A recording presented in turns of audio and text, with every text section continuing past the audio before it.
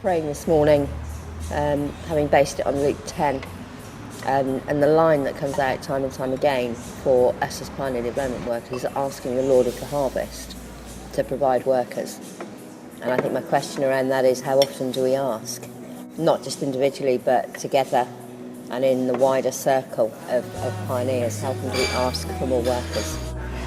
Okay, so one of the things I think that I've been noticing this evening as we've come together to break our fast is just what fasting has done for us as a team.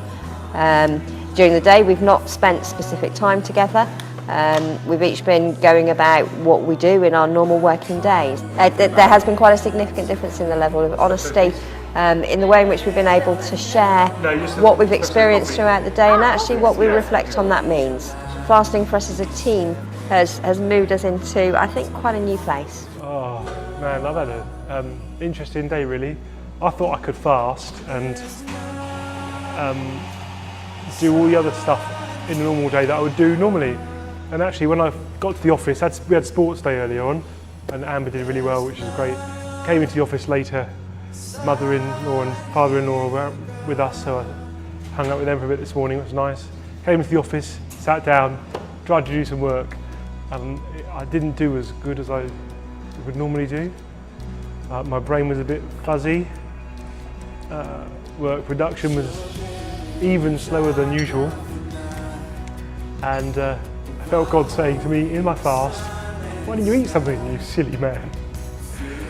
The idea that we can just do an ordinary day and fast and pray on top of it is probably a bit of a stretch for most people, which is why I've got an espresso coming. Thank you very much.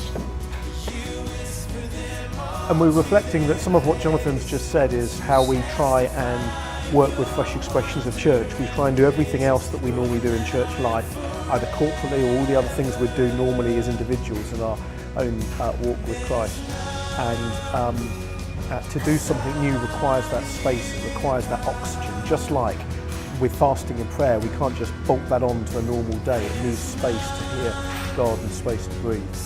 We've also been reflecting on the hunger that we have for God, and something around the hunger and the faintness and the vulnerability that some of us have felt after a day of not eating, that mirrors our desperate need of God, our hunger for God, mirrors our need for Him, particularly as we break new ground and seek to do something that isn't possible even if we work at our absolute best without the Spirit of God at work. The thing that I really connected with, I didn't get a lot, but the one thing in particular was actually when I was at Holy Tea worshipping last night was worship isn't about, and this sounds kind of like it's really trite, really obvious, worship isn't about God, us going to God when we've got it all sorted.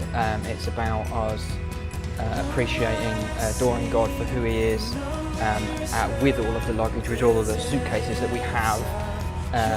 We don't have to, it doesn't matter that we still are carrying them. Actually, the worship that we should be bringing to God is the worship that reflects who He is, and it's not really about what we are or where we're at in our relationship with Him.